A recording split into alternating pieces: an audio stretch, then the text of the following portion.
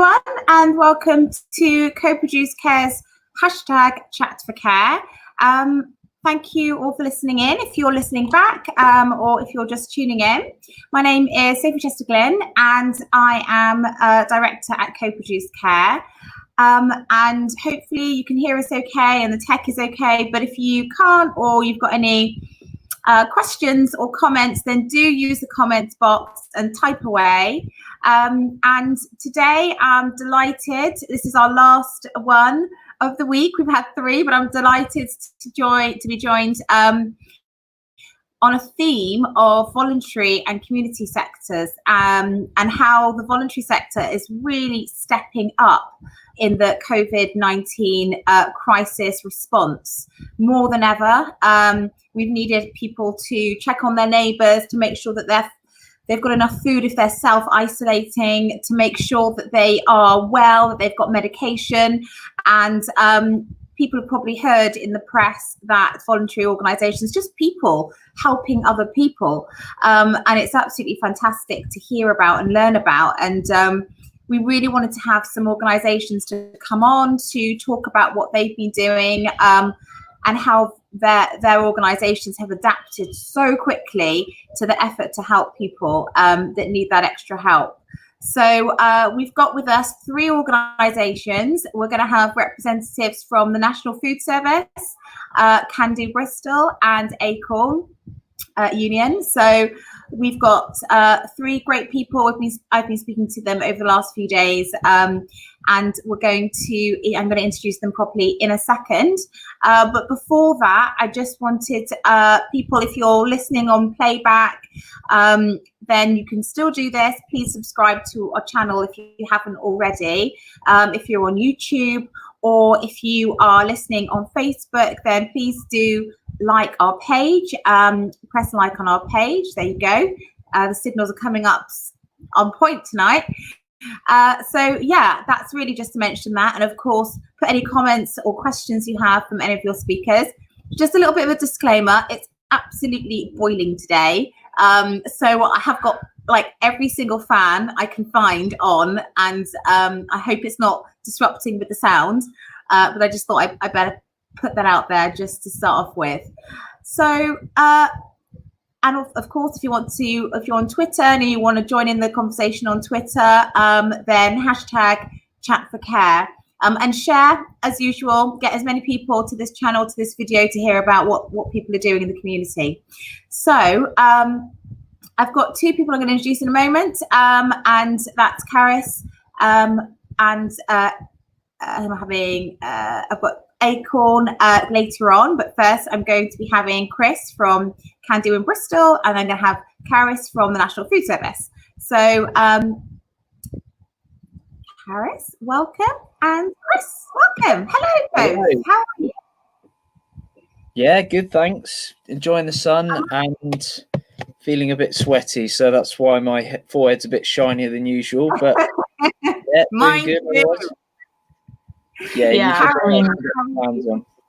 I've had a really good day. I'm thankful that I have a pool in my garden, so I've managed to take the day out of the kitchen and I've just been lying in that all day long. You have a hold on a minute. Pool in your garden. You are very lucky. Is this like a paddling pool, or this is an actual pool? It's a paddling pool, and when I bought it, I really did not understand how big 10 foot was. So I've managed to squidge it between 2 walls in my garden. So it's not performing at peak ideal, but it's working. So it's basically your garden is a pool right now. Yeah. Essentially. That's why I would happily jump in a pool right now. I'm so hot. Yeah. So thank you both for joining us. Just looking at keeping track of the chats. Yeah. So maybe sort of Carys, if you can just introduce your organisation, the National Food Service, and then we'll come on to Chris and say a bit about what he's doing. Sure. So the National Food Service started about 2 to 3 years ago up in Sheffield. It was born out of a community food project called the Food Hall Project, which was a social eating space that was free / pay what you can. And out of that, they got the idea of National Food Service, which was to create one of these spaces in every neighbourhood across the country. So it's a campaign to have a free / low cost communal dining venue in every neighbourhood across the country to bring people together. It's about combating loneliness. It's about promoting people's individual health. It's about building stronger communities. And it's also about dealing with the environmental crisis that we face, because obviously cooking for a family unit is so much more wasteful than it is cooking for a street at a time. So that's where the project's been. It was primarily up in Sheffield, in Food Hall, and now we have branches in Bristol, Penzance, Sheffield, Manchester, and a couple in London as well. Great. And I was quite interested in hearing about how the organisation actually started, because was it just a couple of people at university? Have I just made that up? What was that, sorry? Was it a couple of people at university that started up the National Food Service? Yeah. So Louis and the other ones, they were at university in Sheffield. Yeah, so they basically started Food Hall in their spare time, which was an amazing feat. That is incredible. And basically, people saying, right, there needs to be somewhere to communally get together and discuss and eat, like a, you know. Yeah, exactly. It's about having like a public space where you don't have to buy something, where everyone's just allowed to be and exist without spending money. And it's about the idea of around the dinner table is where kind of the most radical ideas kind of come. Lovely. And I've got photos here. So that's people who are in action. This is pre-lockdown, pre-COVID, obviously. And also there's this one here right in the middle of COVID, obviously with the masks on, people getting involved. So that's just lovely to see, really. Yeah. And how have things changed now that you're in COVID-19 territory? So you wanted it to be something where everyone can come together, but you know, on the face of it, you think, well, that's over now. People can't meet. You know, you adapted.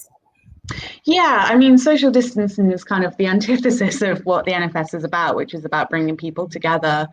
In Bristol, we'd only had a handful of meetings, maybe 4 or 5 public meetings discussing how we were going to build it over here. And then we were about to start a weekly supper club at a Bagator in Easton the week after lockdown was implemented. So obviously that couldn't go ahead. And then we had about half a week until our emergency food preparation work was kind of up and running.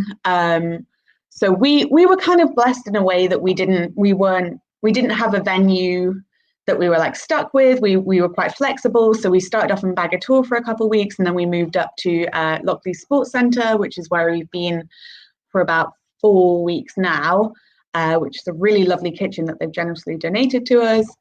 So we were quite lucky. Whereas in Sheffield, they really were a part of the community, and they were really a safe space for a lot of people that had who led quite chaotic lives.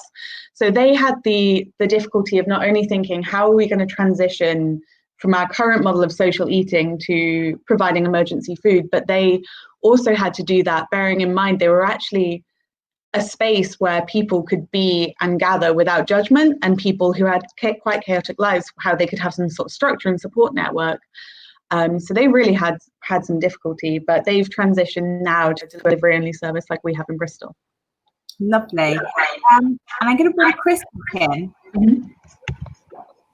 Chris, I think I probably need a little bit of a intro for you as well on your organisation, because it's slightly different in that you're connected with the local authority, Do Bristol. Yeah, so that's right. How did that come about? Yeah, so Do Bristol is a project which is within Bristol City Council, but it's in partnership with a number of other organisations. So In essence, it's a website, and anyone in Bristol can use it. And really, the vision behind it is to help people from all across the different communities in Bristol connect around social action. So it's not just about individuals, it's about community groups, businesses as well. So the website was launched a few years ago off the back of the Green Capital year for Bristol in 2015, but it was relaunched in the summer of last year. It had a bit of a revamp, a few new functions were added to it. And really, without going into loads of detail, there's just some great functions around helping people find volunteering, helping people to connect with one another.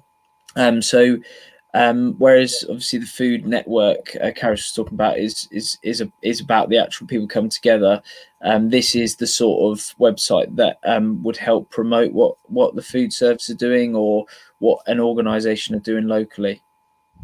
So in terms of like how COVID has affected your organisation, there's been a change as well, because I think you started off with, was it 2,000 volunteers? So volunteers would basically sign up to Can Do Bristol, and you'd match them, or they'd see that our ads that providers or people of organisations have been putting out that they need volunteers for.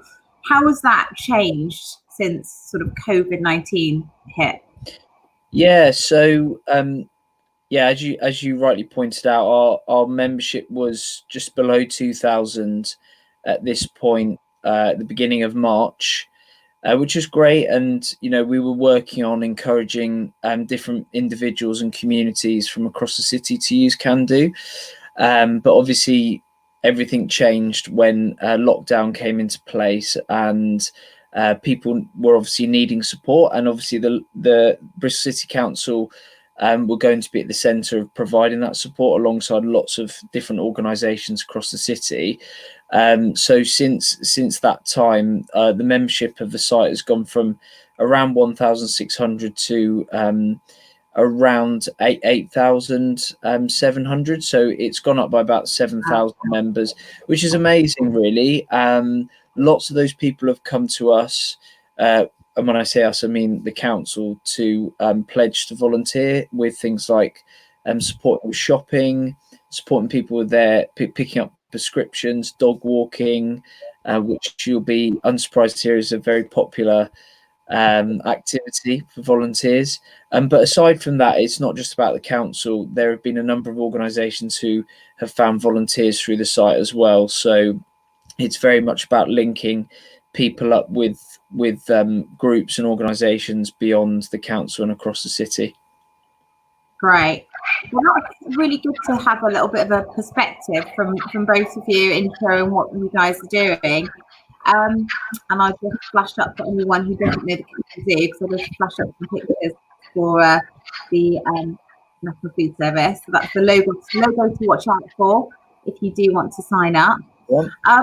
So in terms of like your organisations, what kind of challenges have you felt that you've faced in COVID-19 territory? Has it been difficult in any way?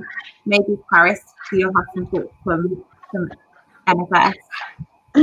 Sure. I mean, it was really difficult to kind of figure out processes and systems. I mean, it's obviously very unprecedented, this whole thing, but figure out processes and systems to keep our volunteers safe, but also to keep the people who we deliver food to safe. So we really had to figure out how we were going to organise the whole space and organise our teams and our way of working. But I'm pretty glad to say that after, I think, about 8 weeks now of running, we haven't had a single case of COVID in any of our volunteers, which has been really good. But yeah, it's been a lot to figure out how to keep everyone safe. And how about you, Paul? Yeah, I mean, similarly, even for an organisation the size of the council, as Carys said, nobody was expecting this, so we had a lot of work to do to put some things in place to make sure people were safe when they're volunteering. But I think the other challenge was just, and it still is a challenge, is just measuring or people's expectations, really. So It's a massive undertaking managing lots of volunteers centrally. So that's why we're just really encouraging people who are interested to go to Can Do Bristol, because there'll be other organisations such as yourselves, Coproduce, who are looking for volunteers. And we really want to just push people out to home working volunteering, the safest volunteering possible. And that's why the site's useful. So yeah, it has been a challenge sort of connecting all the volunteers to the right opportunities. So that's why we're really encouraging organisations to post their opportunities on the site. Did you find then, Chris, it's almost like you've got too many volunteers, or you've got so many volunteers, 8,000, but you haven't got 8,000 places for them at the moment? So almost like an awareness thing. Sure. Yeah. I mean, a lot of the people who join Can Do Bristol may well have registered and then perhaps not followed that up. So, fortunately, we haven't ended up with 8,000 volunteers sort of knocking on our door. But that's a challenge in itself. It's thinking, okay, how do we encourage those people to go back to the site and use the other functions? Because it's not just about volunteering, it's about other connections as well. So we're working on that all the time. But yeah, we do still have a large number of volunteers, but obviously the other side of the coin could have been that we didn't get enough volunteers and there were people out there in need. So we're just really grateful to those people who have stepped up, because hundreds and hundreds of residents are being supported by volunteers, which is absolutely amazing, really. So what kind of stories do you both have around the impact that you've had? I can imagine, Carys, with sort of, especially initially when COVID hit, lockdown for everybody with like not that much notice, might have been quite scary, where people were thinking, how am I literally going to feed myself? Have you got any personal stories where you've made a difference like that? Yeah, for sure. I mean, so we had some stats today. So just over 15,000 meals have been delivered since the beginning of lockdown. Approximately 2,500 families have received food from us, which is so much bigger than we could have ever anticipated. No, in Bristol, just in Bristol. Oh. Yeah, 2,500 families have had food from us since the beginning of lockdown. Yeah, I mean, we have people call up who say, this is a lifeline. If I didn't have these meals coming in, I don't know what I'd make. I wouldn't know where my next meal was coming from. So obviously it's very emotional, actually. We had some volunteers just join up to start putting the orders together, which involves like obviously getting everyone's food together and with their snacks and their little bread parcel and their desserts. And they put it together and they were like, yeah, it's really quite emotional, actually, once you put it all together and like you're giving away something that's going to feeding someone. So that is just incredible. And I think doing something like that, I don't know whether you have stats of what type of families that you're helping, but I can imagine that you might have maybe single parent families, maybe people who are disabled in some way that just can't go out, maybe people who have lost their jobs, all types of people who are, I mean, we're all vulnerable in some way, but really just who it hit in a major way. Do you have kind of it's quite a mix. So we don't means test. Universality is like a very key point of the National Food Service, and anyone who comes to us and says they need food from us, we trust them. They need food. We don't pry in people's lives, so we don't look too much into that. But I mean, we've mapped on our data on the map of where meals are going. They are going to obviously the more deprived areas of the city. We've had a few people like van dwellers. So we've had some sites of van dwellers who've ordered like big orders from us.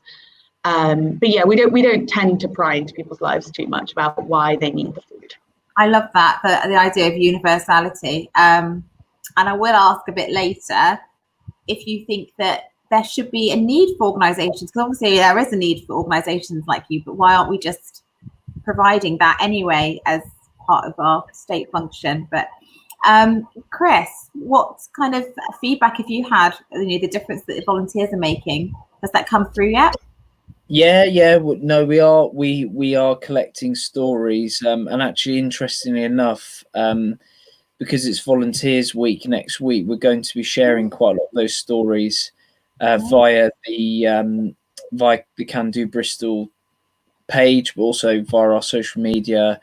Bristol City Council will be sharing those stories as well. So don't want to give too much away, but we've had some really lovely stories. Just thinking of one that I heard the other day. We obviously, one of the things that we've done in the council that we've assigned to Can Do volunteers is a phone buddying scheme, and I know there are quite a number of those around the city. And really, it's obviously for those people who feel very isolated at the moment and just need somebody to talk to, really. And that's been taken up by a lot of residents across the city.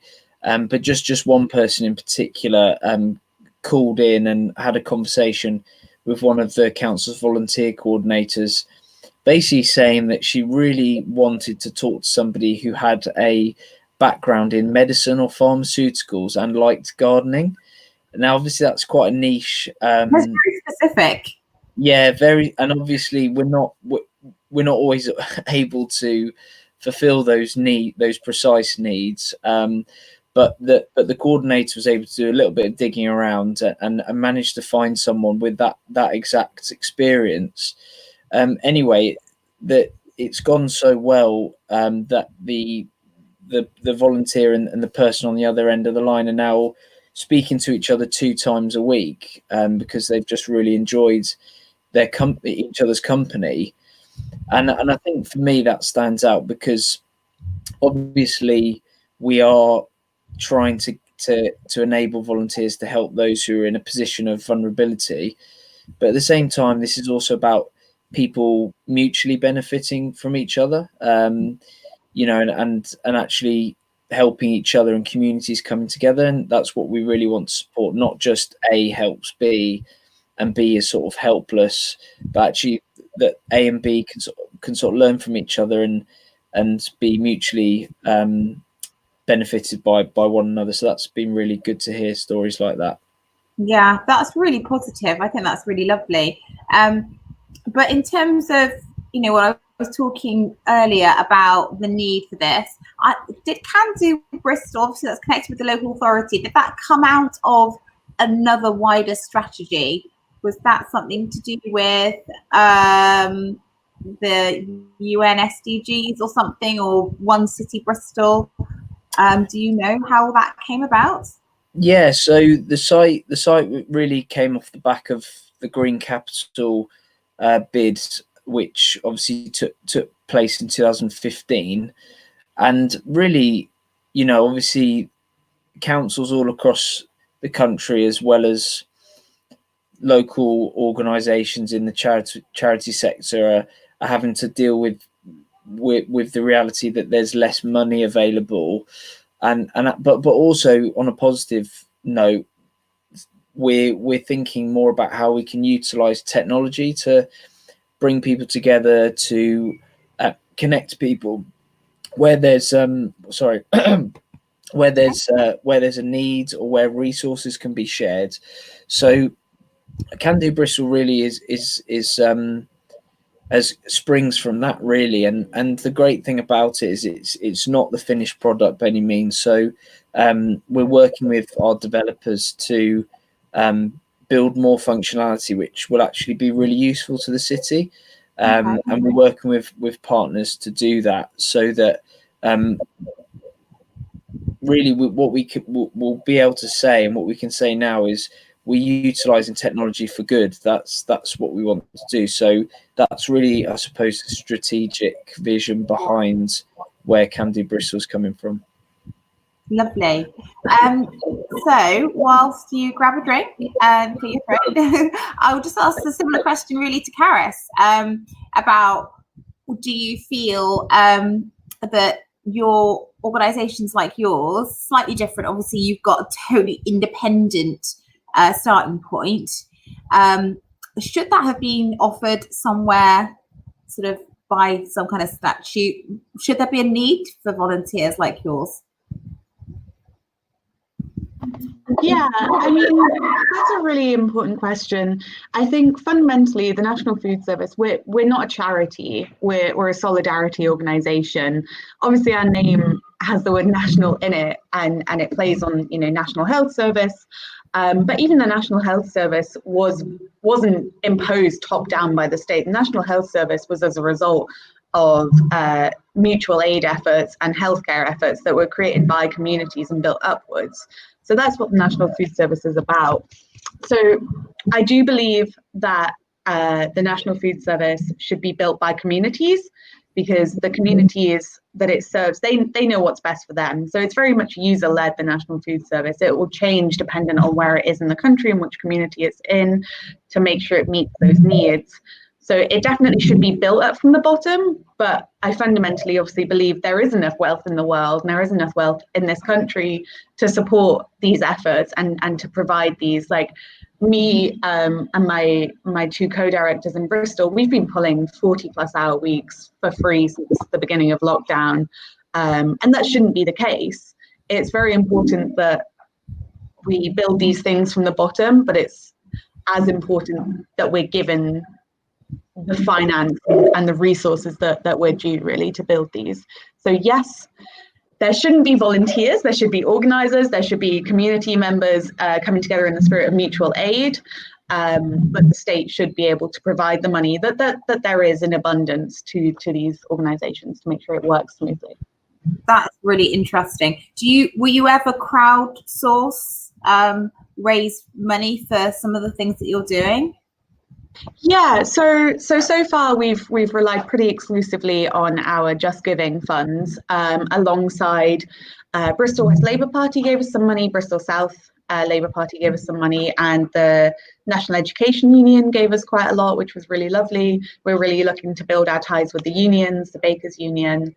So that raised us quite a lot of revenue alongside our Just Giving. But aside from that, we've just been given a grant by Quartet, which is going to be financially viable for at least a month, which is great news. But yeah, I mean, we're never going to not rely on funds coming in via, Just Giving.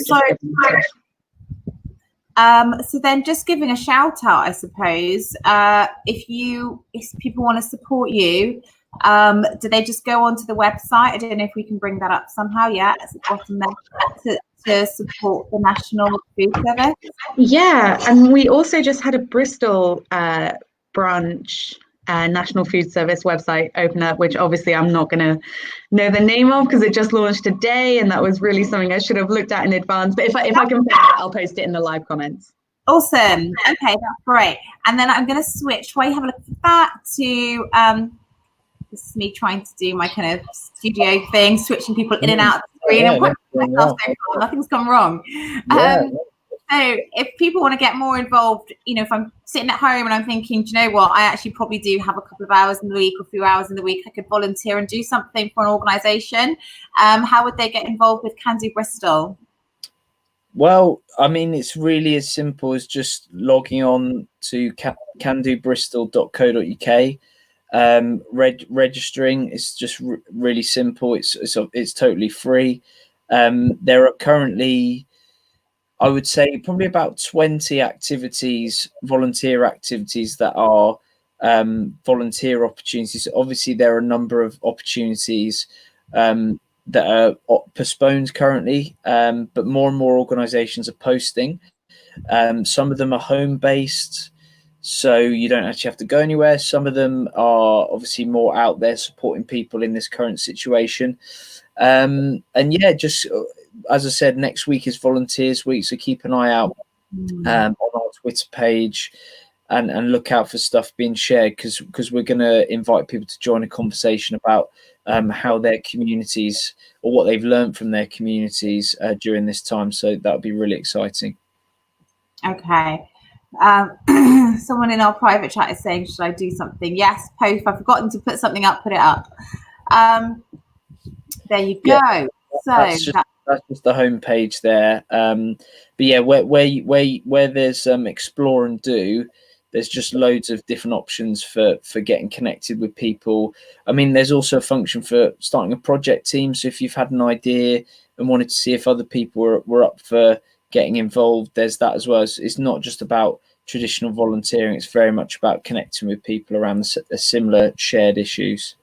Great. So it's actually more, it's, you know, you can help organizations, but you can also just come together as like groups. Yeah, groups. Absolutely. It's very much about democratizing social action. You know, it shouldn't, a bit like Carys was saying, it shouldn't just be up to big organizations who are great. Obviously, we really want to support them, but also just people from communities. So for instance, you could go on there, part of your building your profile is saying what areas of the city you're interested in.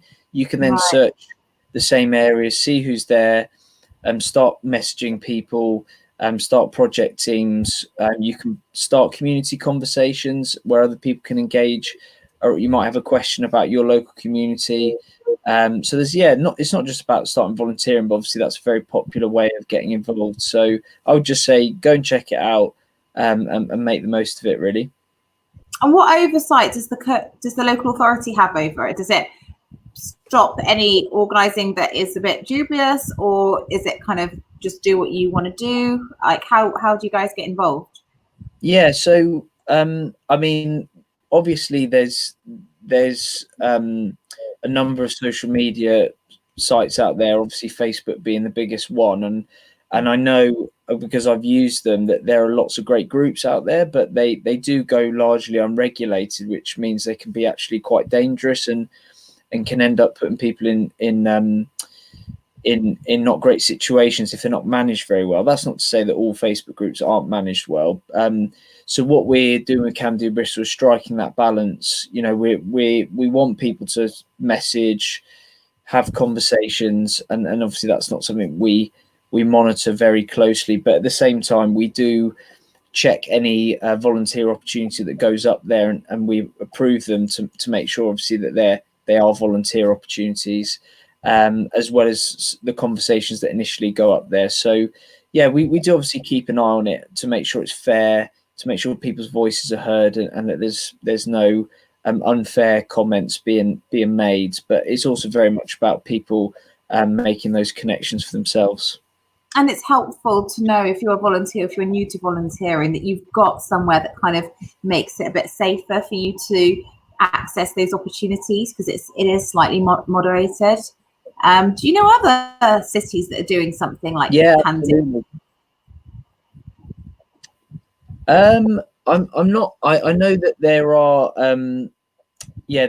other councils that use similar sort of platforms that at least they sponsor and promote something similar.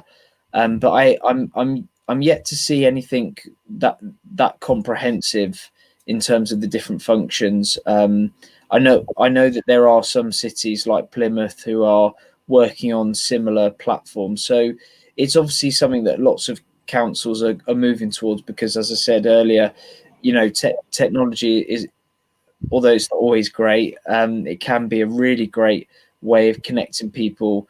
It's not there to replace the actual physical doing things together, because that's what it's all about, but it's a great means in order to get to that end, really. Lovely. Okay. Sorry, Carys, there's never any warning when I'm just going to put you back in the studio. So there you are. Only because I really could talk to both of you for so much longer about both of your projects, but we just wanted to have a little bit of a snapshot, and you know, maybe we will have you both back at some point to talk a little bit more. But I mean, I did ask you know, both of you how people get involved, so people have got those details. I definitely would encourage people to get involved. And I suppose, Carys, is there anything next now for the National Food Service in Bristol that you're working at? Anything that's coming up, or that you want people to particularly get involved in? So we're obviously going to be continuing our emergency food response for as long as necessary. I think it's a bit of a ticking time bomb, actually, that we haven't really addressed too much about. When kind of lockdown of bars and pubs and restaurants reopens, we're going to lose a lot of our volunteers because they are chefs who are out of work at the moment who've been furloughed. But the need won't go away. People still won't be able to afford food. So that's definitely a crisis waiting to happen. But obviously after lockdown, we will continue our goal of more social eating spaces across the country, across the city and across the country. So just you can go onto our website, nationalfoodservice.uk, and sign up to news updates nationally. But there's also nationalfoodservicebristol.uk, where you can find out more, because we're definitely intending on continuing our mission once we can gather together again. Wonderful. I feel like I want to sign up and get involved, and I think maybe when the kids go back I will do. Make a deal with us. Yes, it sounds awesome. Okay, well, thank you both very much. It's been really interesting talking to you, and hopefully we'll see you soon. Take care. Great, thank you. Cheers. So that was Carys and Chris, and that was fantastic talking to them about their organisations. And we're running a little bit behind time. I'm so sorry to our next guest, Aidan. But I'm going to just bring you in straight away, Aidan. Hello, how are you? Hi, Sophie. Yeah, not bad, thanks. How are you getting on?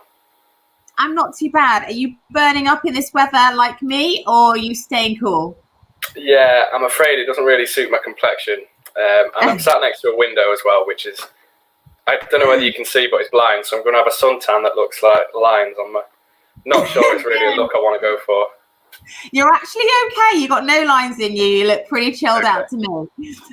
Good. So Acorn, can you give us a bit of an intro about what Acorn does generally, and then maybe we'll move on to the COVID-19 response, and I'll put some pictures up while you're talking.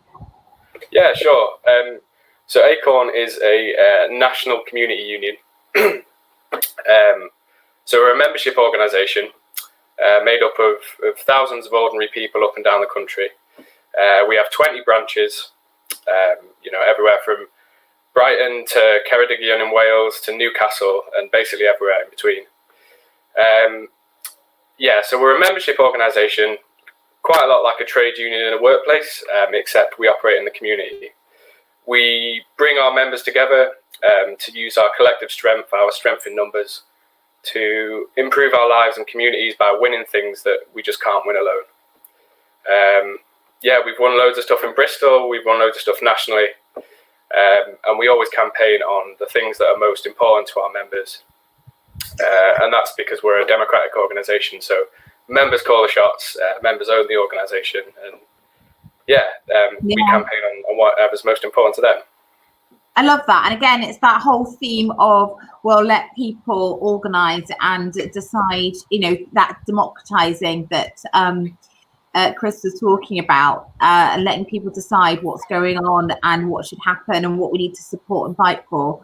But what I noticed when I was looking at organisation, is it specifically for rents and homelessness and issues with that, preventing homelessness, that Acorn is really, that's kind of the main mission for Acorn? We have been, we do fight on a lot of issues that affect renters and affect tenants across the country. The reason for that is because housing, there's a massive housing crisis in this country, and housing is number one on the list of a lot of our members. But that's not always the case. For instance, in Bristol, before the coronavirus lockdown and everything turned upside down, we were campaigning for better buses because our members were sick of paying loads of money for really rubbish service. But a lot of our work and our wins have been around housing. So, for instance, we've beaten 3 national banks. So we beat Santander, NatWest, and TSB.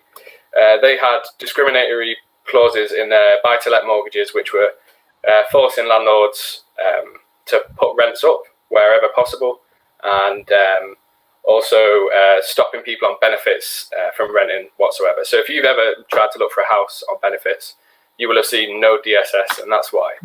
So we by direct action, by going into the branches and ruin their reputation, getting in the faces, and using our membership, we force them to get rid of those clauses. So that's an example of how we would campaign around housing. And what about your membership? How many people do you have sort of nationally, locally? I don't know if you have those kind of figures. Yeah, so in Bristol we have getting on for 900 members now. Can't wait to hit 1,000. That'll be pretty soon, I reckon. We actually started Bristol 6 years ago, so Bristol is one of the bigger branches. We've got a good few thousand members over the country. I think it's about 3,500. Oh, wow. So like any union, our members pay dues. So our members pay an hour's wage a month to the union, so that we don't have to rely on funding from the people that we might want to campaign against. So the government or councils or big businesses. We pay dues because otherwise we get dictated to. Yes, this is the problem. So where did the hour's wage a month come from? Because I've heard other people doing a similar sort of funding. I don't know if it's a strategy or, how did that idea come about rather than a fixed amount? I guess it's a sliding scale, and it's one way of doing making it so that people who can afford more do pay more, and people who can't don't. We also have a rate for people who are on universal credit or who are otherwise unable to afford it. So people can pay £3 a month if they can't afford it. Students can pay £5. I think it's a good way of doing a sliding scale, but it's also a good recognition of the fact that the work that people do is often not proportional to how much they get paid for it. Look at the cleaners in the hospitals getting minimum wage. I tell you what, I've been listening. I'm quite a bit of a fan of Democracy Now! It's American. Yeah, I think I've listened to that. American radio. I don't even really know what it is, but it's like a news channel. And one of the stats that it had was that, and you probably know this anyway, was that the wages of people like people who own Facebook, Zuckerberg, and Amazon are increasing by X amount. And the disparity, the inequality is actually increased during COVID. Massive. Yeah. So that idea. Yeah, I saw something like that about what's his name? Elon Musk. One of the richest people on the planet has increased his net worth by some ridiculous amount during COVID. I guess it kind of proves to me that that they didn't earn that by working a billion times harder than everyone else, did they? Mm-hmm, I know, but that's a whole nother conversation. How long we got? Yeah, right, exactly. We've got to clap in a minute. 15 minutes. So that's generally. What about during COVID-19? How have you changed or adapted to the needs of your members or the community? Cool. Yeah. So when I think it was about a week before lockdown, when people starting to realise that this was going to be a really big issue for a long time, we decided, or we realised really that we were quite well set up to give community help. In the various cities where we've got branches. We had a democratic decision-making structure. We had some accountability. We've got staff, and we're already rooted in our communities because we go door knocking every day. And that was the reason we decided to do the community coronavirus support. So what that is in Bristol, for instance, we've got 1,000 volunteers who are helping people with prescription pickups, with shopping, with friendly check-in calls to just have a bit of a chat to reduce isolation, and then also a load of random other stuff as well. Kind of, if we can get someone to do it, then why not today we had a call out for someone who is who someone wanted their garden doing, basically, which it sounds like an odd thing, but actually, she explained, and her kids have got nowhere to play. Her garden needs trimming, and like I think that's definitely something that just wouldn't get done otherwise. So absolutely. And I think that sometimes people take for granted when they have that help, especially if you don't have it and you've got kids and it's sunny outside and it's a nightmare in the garden, or it's unsafe for them to play. It seems so trivial, but it can be such a nightmare. So that's just fantastic that you were able to just adapt like that. Yeah. I mean, it's one of the biggest. I think the whole coronavirus crisis has shone a spotlight on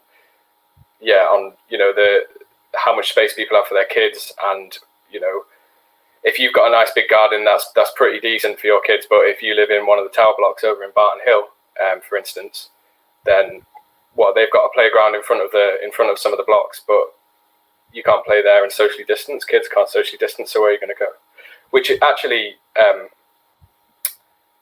makes me think of what we had a load of volunteers doing last week, which was working with one of our members who runs Barton Hill Activities Club for kids, giving out activity packs for kids around in Barton Hill, which is fantastic.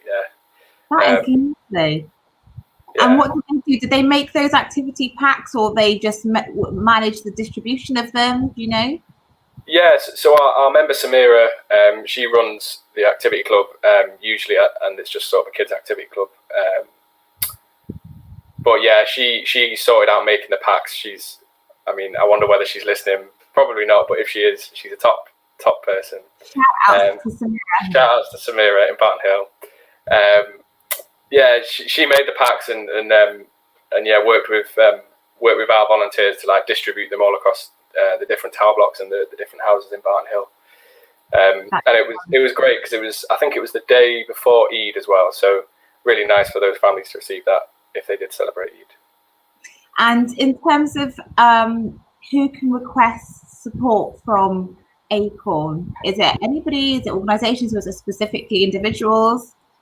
Anyone can request support. Yeah, like Carys, we don't bother with means testing.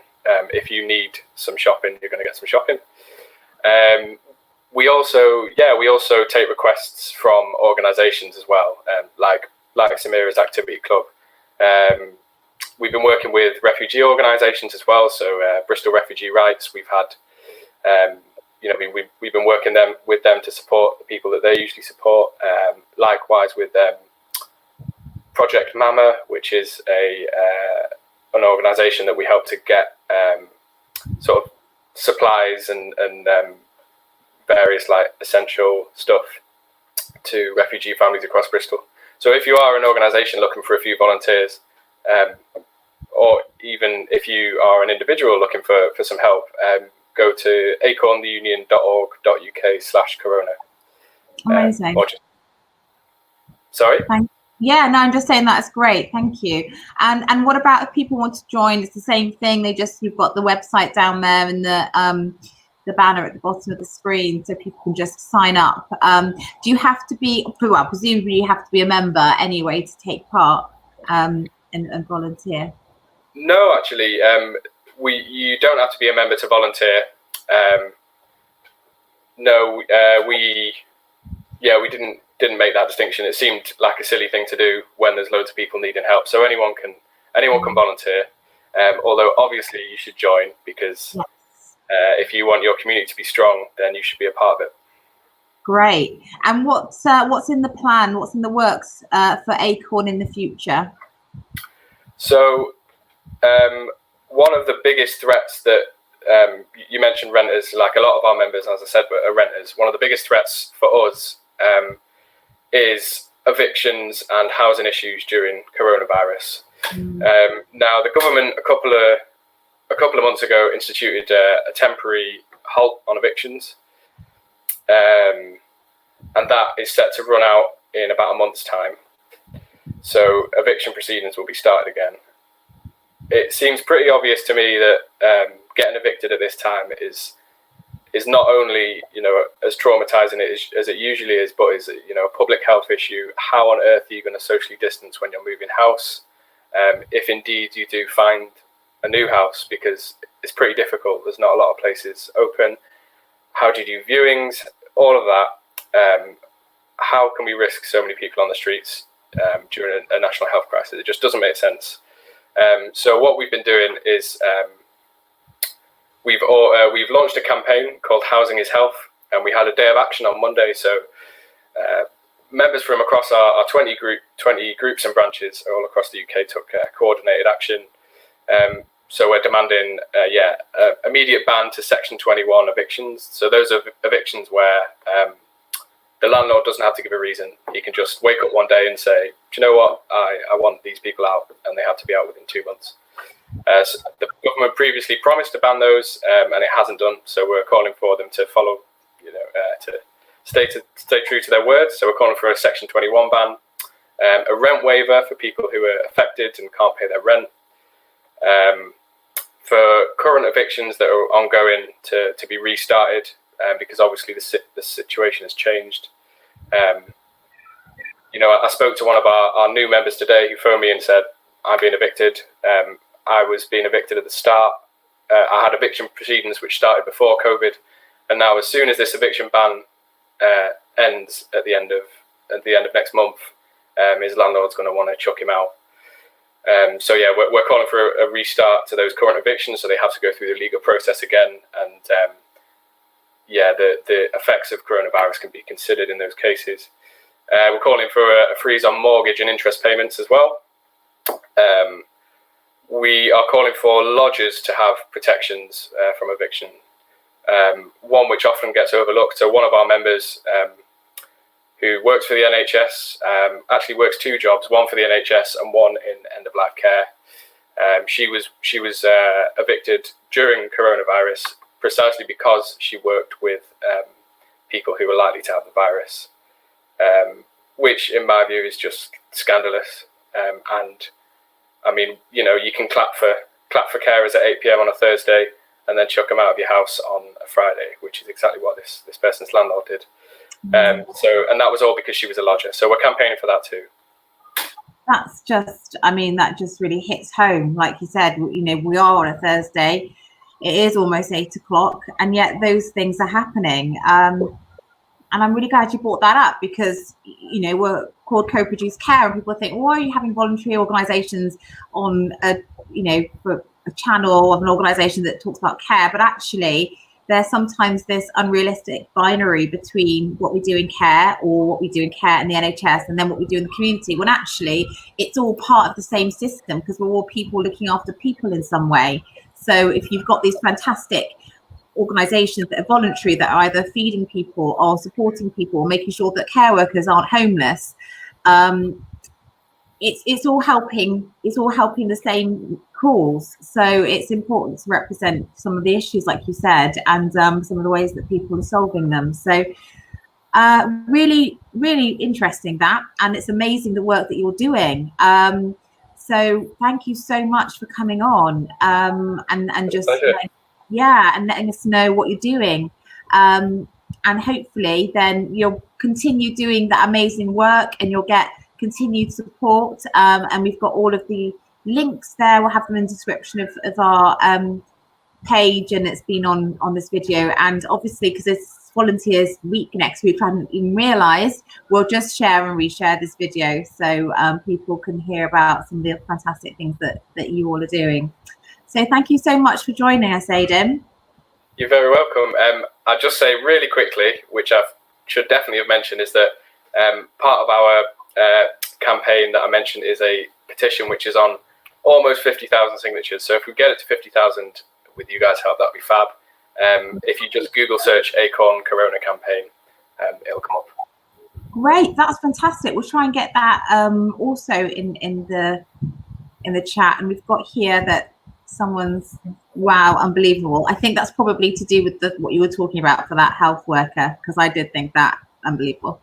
Anyway, thank you so much. I'll take you out now. Take care. So we're almost coming up to the top of the hour, 8 o'clock, where we do go out and chat. Somebody has reminded me that it may be our clap, it may be our last clap for carers. I don't know why. 28th of May. I know there's been some talk about them wanting to withdraw it while it's on a high in the media, so that might be why. But anyway, we'll go out and do that. But as usual, I hope you've really enjoyed this hashtag Chat for Care. And I've learned a lot, and I'm amazed by the fantastic community efforts that we have.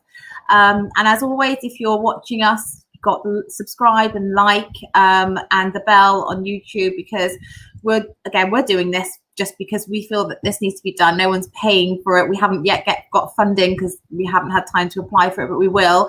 But we do like to know that people are at least liking what we do. And that does change the algorithm and makes it seen by more people. And I feel that more people need to see the amazing work that people in health and social care and the community and volunteers are doing. So please do like and subscribe to our channel.